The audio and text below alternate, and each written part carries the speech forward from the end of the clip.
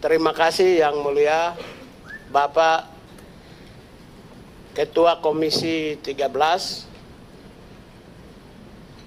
Pak Willy Aditya, fraksi Partai Nasdem yang saya hormati.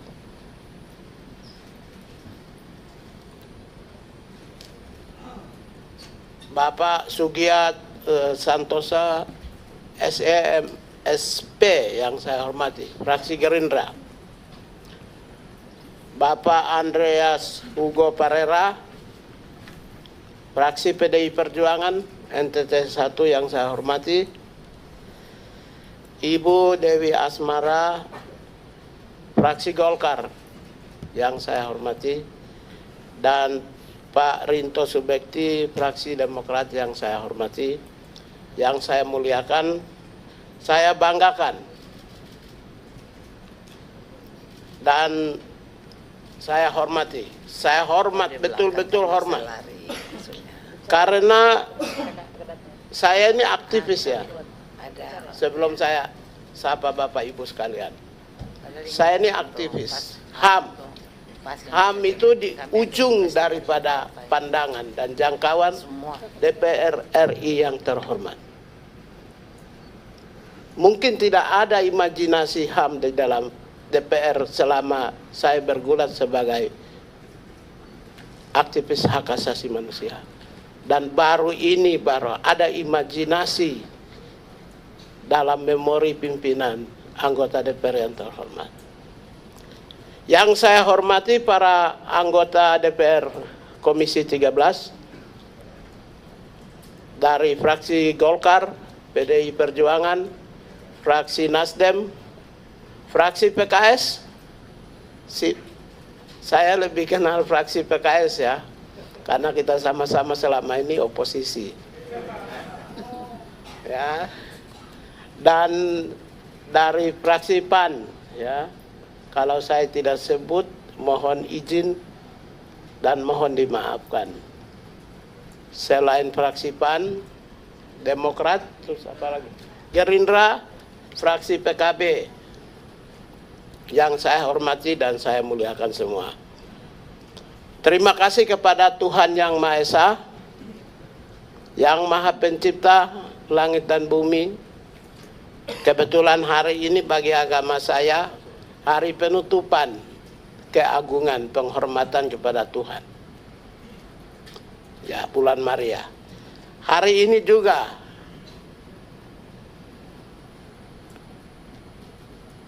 saya mendapatkan anugerah sebagai menteri. Sesuatu yang tidak mungkin bagi seorang aktivis jalanan.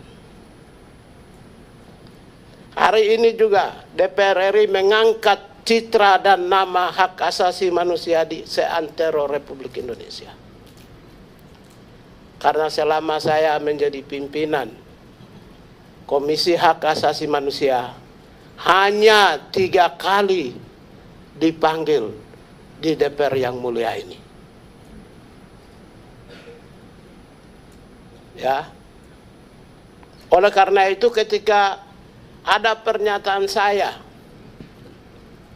disambut langsung oleh pimpinan Bapak Willy Aditya dan Bapak Andreas Hugo Parera sebagai pimpinan, saya hormat. Mewakili semua aktivis hak asasi manusia, saya menghormati dengan tulus, dengan hati yang mulia.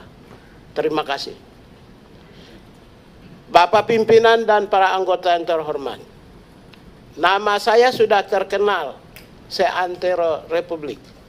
Tapi hari ini saya dikenal karena saya punya vision, saya punya mission, bukan karena saya merusak. Oleh karena itu nama saya Natalius Pigai, Menteri Hak Asasi Manusia. Selanjutnya karena kami Kementerian Hak Asasi Manusia lebih demokratis Pak Pimpinan, dan masing-masing diberi panggung untuk memberikan kebebasan ekspresinya, minimal memperkenalkan diri. Silakan Pak Wakil memperkenalkan diri. Baik, terima kasih Pak Menteri. Assalamualaikum warahmatullahi wabarakatuh. Salam sejahtera bagi kita semua. Om Swastiastu, Namo Buddhaya, salam kebajikan. Yang saya hormati dan saya muliakan Bapak Ketua Komisi 13 DPR RI, Pak Willy Aditya, yang kebetulan juga adalah kawan saya waktu di Jogja dulu. Yang saya hormati juga para pimpinan Komisi 13 dan juga seluruh anggota Komisi 13. Izin memperkenalkan diri, nama saya Mugianto, Bapak Ibu sekalian, yang ditunjuk oleh Bapak Presiden menjadi Wakil Menteri Hak Asasi Manusia. Demikian, wassalamualaikum warahmatullahi wabarakatuh. Silakan masing-masing memperkenalkan, dimulai dari Pak Dirjen, silakan. Mohon izin seizin Pak Menteri, Pak Wamen. Bismillahirrahmanirrahim. Assalamualaikum warahmatullahi wabarakatuh. Selamat pagi, salam sejahtera untuk kita semua. Yang mulia, pimpinan anggota Komisi 13 DPR RI. Memperkenalkan diri, saya Dahana Putra, Direktur Jenderal Hak Asasi Manusia, Kementerian Hak Asasi Manusia. Terima kasih. Mohon izin Pak Menteri, Pak Wamen dan Pak Dirjen HAM, kami memperkenalkan diri, kami Novita Ilmaris, Sekretaris Direktorat Jenderal Hak Asasi Manusia. Terima kasih. Bismillahirrahmanirrahim. Assalamualaikum warahmatullahi wabarakatuh. Selamat pagi, salam sejahtera, Om Swastiastu, Namo Buddhaya, salam kebajikan, Rahayu, Rahayu. Mohon izin Pak Menteri, Pak Wamen, Pak Dirjen, Bu Ses, saya memperkenalkan diri, nama saya Farid Junaidi, Direktur Instrumen HAM, Kementerian HAM. Terima kasih.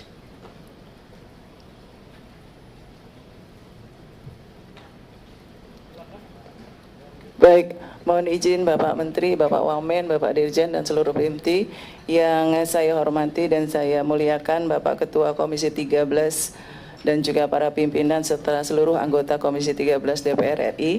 Mohon izin memperkenalkan saya Gusti Ayu Putuswardani, Direktur Diseminasi dan Penguatan Hak Asasi Manusia. Terima kasih. Assalamualaikum warahmatullahi wabarakatuh. Terima kasih. Mohon izin Pak Menteri, Pak Wamen, Pak Dirjen, dan teman-teman PIMTI. Yang terhormat, yang mulia Bapak Pimpinan dan Ketua Anggota Komisi DPR RI 13, izin memperkenalkan diri, saya Dr. Harniati SH LLM, Direktur Kerjasama Hak Asasi Manusia. Demikian, terima kasih.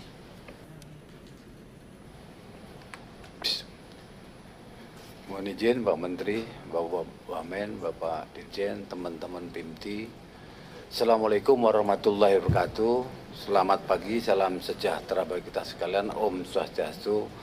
Mohon izin memperkenalkan nama saya Faisal Ali, Direktur Pelayanan Komunikasi Hak Asasi Manusia. Terima kasih. Assalamualaikum warahmatullahi wabarakatuh. Bismillahirrahmanirrahim. Mohon izin Bapak Menteri, Bapak Wamen, Bapak Dirjen, yang saya hormati dan sama-sama kita banggakan, pimpinan Komisi 13 DPR RI. Izin memperkenalkan diri, saya Eko Budianto, saat ini menjabat sebagai Direktur Sistem dan Teknologi Informasi pada Direktorat Jenderal Hak Asasi Manusia. Assalamualaikum warahmatullahi wabarakatuh.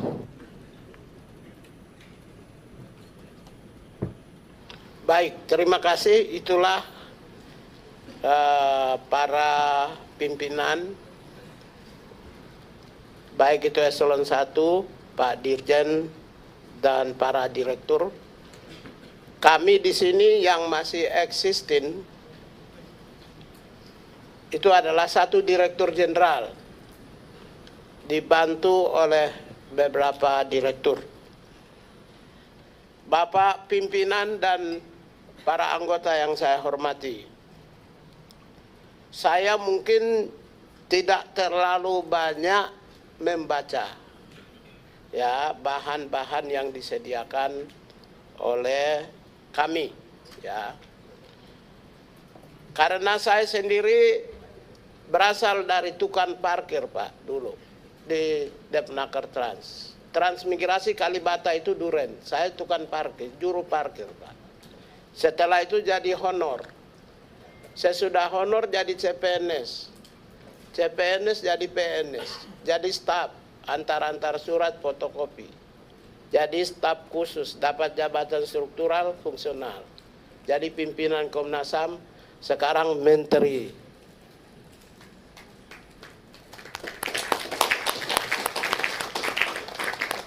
Oleh karena itu penataan organisasi, kelembagaan, saya sudah pasti punya pengalaman. Waktu dari transmigrasi gabungan dengan kependudukan. Transmigrasi gabung dengan Depnaker. Naker Trans. Pembentukan BNP 2 TKI. BNSP malah saya staf juru ketiknya Pak Mujiman, Kepala BNP. Oleh karena itu, penataan organisasi sudah merupakan bagian dari pekerjaan pribadi saya. Bapak pimpinan dan para anggota yang saya muliakan, saya banggakan dan saya hormati. Seperti yang Bapak-bapak ketahui, bahwa Bapak Presiden Republik Indonesia Prabowo Subianto melantik, memberi amanah kepada kami atas nama negara sebagai menteri pada tanggal 21 Oktober. Selain saya juga diberikan amanah kepada Bapak Pak Mugianto sebagai Wakil Menteri Hak Asasi Manusia. Mungkin Bapak pimpinan yang saya muliakan, kami dua bukan siapa-siapa. Saya aktivis hak asasi manusia jalanan, Pak. Ya, kemudian kerja di LSM, NGO, lalu masuk pimpinan Komnas HAM, sekarang Komnas HAM. Demikian pula Saudara Wakil Menteri, juga aktivis di lapangan, Pak. Dari lapangan langsung masuk di singgasana kekuasaan yang namanya menteri. Kalau Bapak melihat semua menteri, kami dualah yang berasal dari lapangan. Mohon izin. Oleh karena itu, kalau persoalan hak asasi manusia, sudah pasti kami memahami, kami memiliki kompetensi, skills, knowledge, dan juga attitude. Pertanggungjawaban attitude sebagai pimpinan telah kami tunjukkan dengan berjuta-juta serangan. Tidak pernah ditemukan dari sisi aspek-aspek moral dan mental. Karena semua kami terkontrol di dalam perjuangan kami. Jadi tidak akan pernah ditemukan kekurangan-kekurangan yang sifatnya mental dan moral. Saya bangga hari ini karena saya diserang, karena saya ingin membawa bangsa ini ya menjadi bangsa yang besar dengan melakukan terobosan-terobosan di luar bayangan semua orang, di mana mengangkat hak asasi manusia yang diabaikan di ujung dari kebijakan politik dan pembangunan menjadi masukan dalam sentrum utama kebijakan di Republik ini, Pak. Jadi itu sebenarnya yang membuat saya mengeluarkan sebuah pernyataan yang beyond menggemparkan, mungkin menurut orang menggemparkan. Sebenarnya bagi kami pembela hak asasi manusia, hal yang biasa-biasa saja. Yang menjadi luar biasa, dan kami dibantu untuk memberi kesadaran bagi bangsa dan negara ini. Ketika Pak Pimpinan Komisi 13, Pak Willy Aditya, merespon secara cepat, Pak Andreas Parera pimpinan merespon secara cepat, dan menjadi buah bibir di masyarakat, Pak, dari ujung timur Papua sampai ujung barat Sumatera. Dan itu membesarkan kami, Pak. Di mana ada sambutan positif yang luar biasa oleh civil society. Satu civil society pun tidak memberi kritikan. Mohon izin, satu orang civil society pembela HAM tidak memberi kritikan. Itu menunjukkan bahwa saya mengungkapkan perasaan-perasaan yang paling dalam dari pembela kemanusiaan yang ada di seantero negeri ini. Kami juga terima kasih kepada pimpinan, karena dengan kritikan-kritikan yang sampaikan kepada kami berpandangan via negativa mencapai titik tujuan melalui cara pandang yang berbeda dengan kami, mengantarkan kami menjadi pimpinan. Kami menjadi orang yang hebat, sama seperti yang selama ini. Saya ucapkan terima kasih kepada, saya menjadi menteri bukan karena saya oposisi, tapi karena saya diterpa oleh mereka yang ada di pemerintahan. Jadi saya berpandangan itu sebagai sebuah dinamika. Bapak pimpinan dan para anggota yang saya muliakan, persoalan hak asasi manusia, berbagai indeks menunjukkan kita berada di bawah garis kalau dibandingkan dengan negara-negara yang lain. Saya tidak perlu menyebutkan, karena kalau saya sebut satu persatu akan memakan waktu, baik itu kami sendiri yang mulia pimpinan memiliki tugas lain maupun juga kami sendiri.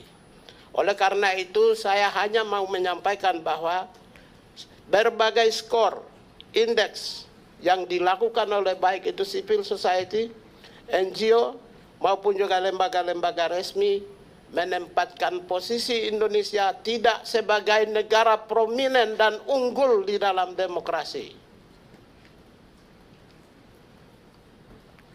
Saya kira fakta-fakta di lapangan sudah bisa menjawab secara kasat mata, bisa juga menjawab secara baik, di mana bapak-bapak adalah mesin-mesin perubahan demokrasi, mesin pengelola demokrasi, di mana pasti ada tantangan-tantangan yang menabrak nilai-nilai demokrasi.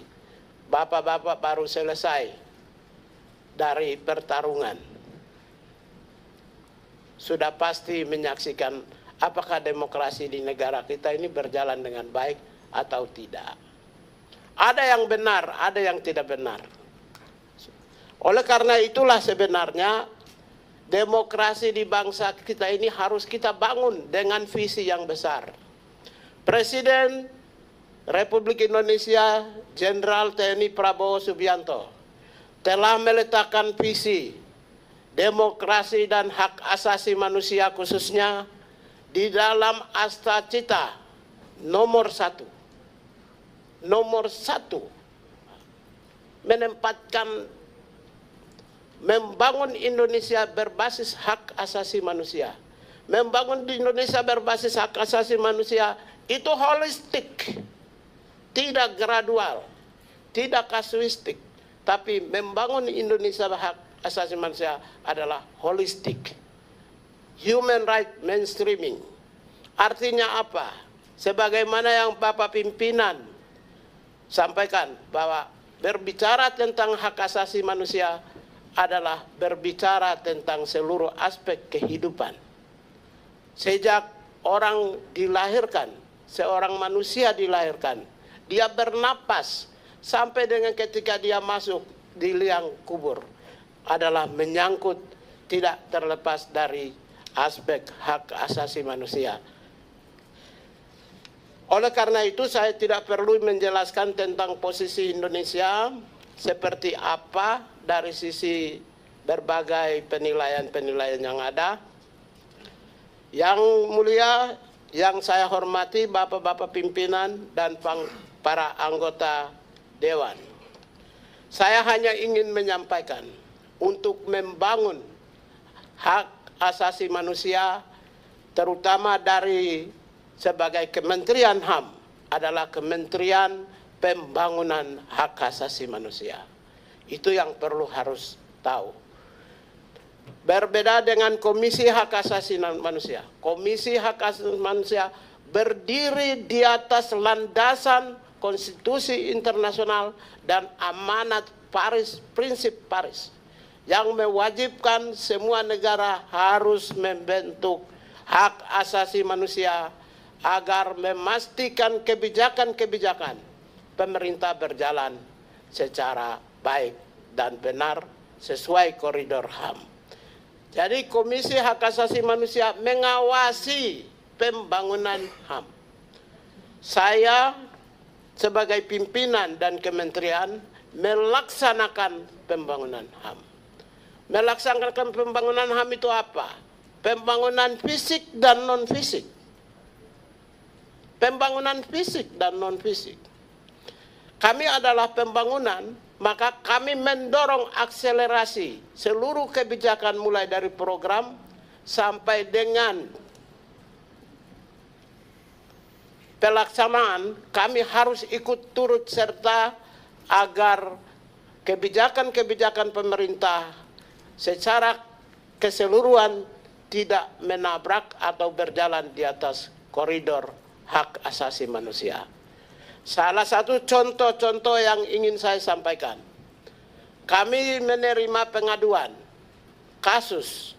Tidak mungkin kementerian akan melakukan proses karena kami tidak akan bisa mendatangi peradilan. Kami memahami posisi kami adalah lembaga eksekutif. Kita berlandaskan pada trias politika, maka kami tidak akan bisa mempengaruhi proses peradilan judikatif. Kemudian ketika ditanya, itu Komisi Hak Asasi Manusia bisa. Dia adalah lembaga kuasi judisial. Lembaga kuasi judisial yang bisa memberi pertimbangan-pertimbangan di peradilan.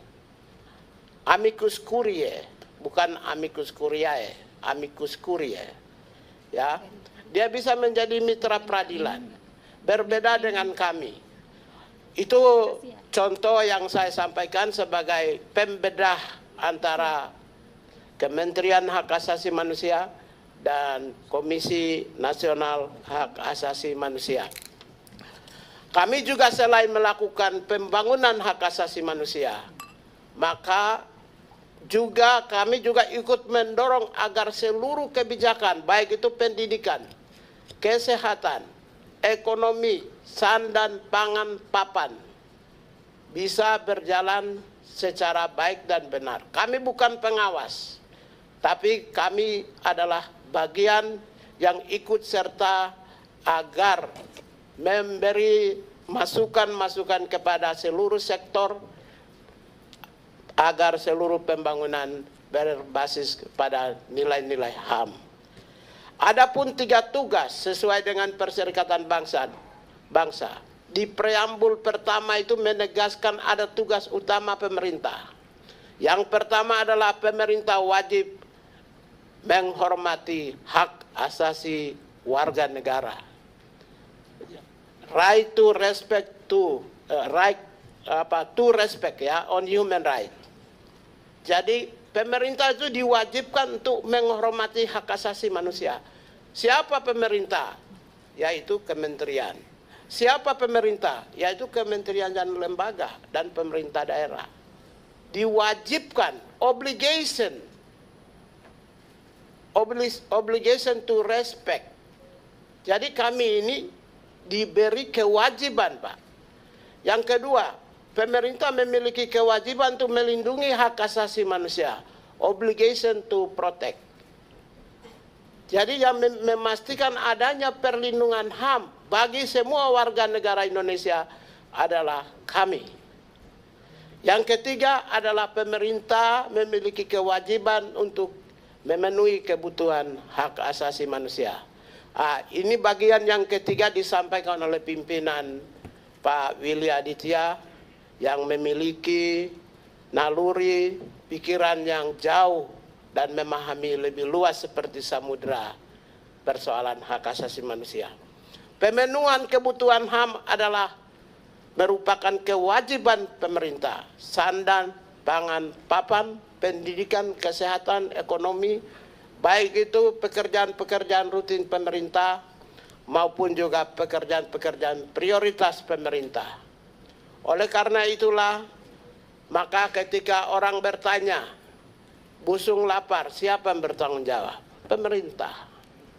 Ketika orang tanya ada buta huruf, siapa yang bertanggung jawab? Pemerintah. Tidak pernah kalau ada busung lapar, Mereka bertanya, orang tuanya yang bertanggung jawab. Nggak ada pemerintah yang harus bertanggung jawab. Oleh karena itulah, sebagai kementerian kami, sebagai bagian dari eksekutif pembantu presiden, sebagai kepala pemerintahan, maka kami akan memastikan agar seluruh kebijakan yang untuk kemaslahatan bangsa dan negara harus sampai kepada rakyat. Program-program unggulan yang dicanangkan oleh presiden kita untuk 5 tahun ke depan. Kementerian Hak Asasi Manusia tentu akan berada di garis besar, garis depan, frontliner, agar supaya seluruh kebijakan itu sampai kepada ujung orang-orang yang membutuhkan, orang-orang yang layak mendapatkan, orang-orang yang berada di, sekalipun berada di ujung-ujung pembangunan atau ujung daripada pemerintahan. Saya itulah agak sedikit pengantar, dan saya ingin sampaikan laporan singkat Bapak, Pak Pimpinan yang saya muliakan dan para anggota. Kami, sebagaimana saya sampaikan, saya dari staf juru parkir sampai menjadi menteri. Maka ketika saya sebagai menteri dilantik, hari itu juga saya pimpin rapat, Pak. Rapatnya bukan rapat mendengarkan masukan staf, Pak, tapi saya menyusun organisasi langsung. Jadi tidak seperti biasa, dengar dulu unit ini apa, enggak. Saya langsung pimpin, langsung bikin, silakan mereka rancangan yang mereka siap, saya langsung susun, coret ini masukan, coret ini masukan, saya susun lagi masukan kata, Pak. Jadi saya memang sebagai staf, itu pekerjaan saya.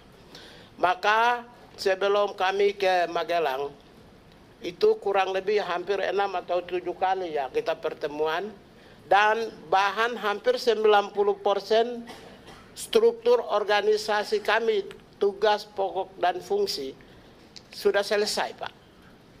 Mungkin saya tidak tahu, saya tidak mau ingin agak membanggakan, tapi saya bangga dengan staf saya. Mungkin kementerian kami termasuk yang paling cepat. Hari ini kami sudah mendapatkan Kepres, peraturan presiden tentang kementerian. Mungkin dalam waktu 2-3 hari ini kami akan mendapatkan permen tentang HAM. Berarti hari Senin atau Selasa saya sudah lantik, Pak, di kementerian baru. Jadi kami laksanakan secepatnya. Orang bertanya, apakah itu bagian dari program 100 hari? Kami tidak punya program 100 hari. Kami punya program emergency condition untuk membangun rakyat, bangsa dan negara selama 5 tahun kalau dipertahankan. Bapak Ibu sekalian, ini saya sampaikan bahwa kami tidak punya program 100 hari.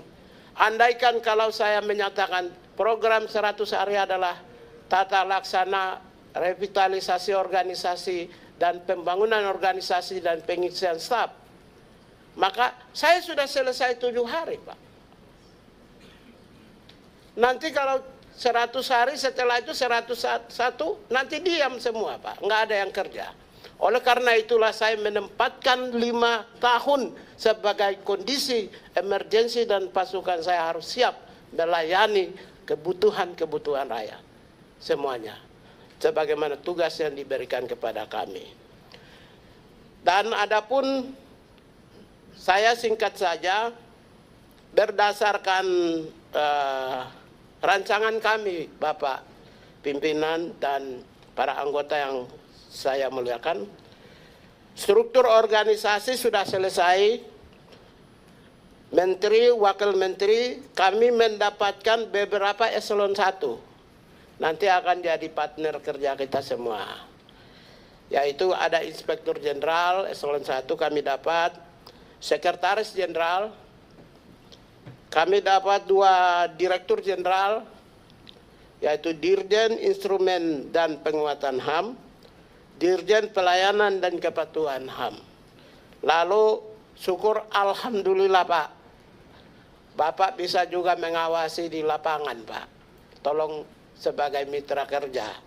Kami mendapatkan kantor wilayah Pak, setingkat eselon 2 Pak. Syukur alhamdulillah. Jadi kalau Bapak Ibu turun ke daerah, nah, pasukan saya sudah siap Pak. Maksudnya siap melayani sebagai mitra. Kapan saja bisa memerintahkan pasukan saya tanpa tidak perlu komunikasi dengan kementerian, karena Bapak dengan kami kementerian adalah mitra yang tidak bisa dipisah-pisahkan. Saya akan bentuk hampir semua provinsi kantor wilayah, dan struktur saya sudah siapkan Pak pimpinan. Lagi-lagi semuanya, mungkin kami ini, saya pertama dipanggil ke Kartanegara, orang pertama yang dipanggil. Orang pertama yang digebukin publik. Orang pertama yang diundang di DPR di sini. Orang pertama juga yang selesaikan struktur dan tatanan organisasi, termasuk struktur dan tatanan organisasi wilayah. Cocok. Cukup Pak Menteri? Saya kira cukup. Terus kemudian selanjutnya saya sampaikan mengapa kami membutuhkan dukungan. Setelah saya hitung kekuatan personil saya, yang ada sekarang 188 staf Pak. Dengan adanya struktur baru, saya membutuhkan 2.544 staf. 2.544 staf. Dari 2.544 staf ini, hanya dari dukungan gajinya berapa kita? Hah? Yang 188 ini untuk belanja pegawai 14 miliar Pak. Kalau saya punya staf 2.544, maka hanya untuk gaji dan tunjangan itu membutuhkan lebih dari 1 triliun. Konsekuensi daripada penambahan struktur dan organisasi dengan pegawai, maka hanya gaji dan tunjangan membutuhkan lebih dari 1,2 triliun. Itu untuk gaji dan tunjangan staf. Belum untuk program atau biaya pembangunan. Saya kira adapun satu program saja yang saya ingin sampaikan, selain yang lain sudah dibaca di media tentang universitas. Itu tidak perlu saya jelaskan, Bapak Ibu sekalian dan pimpinan Komisi 13 sudah tahulah.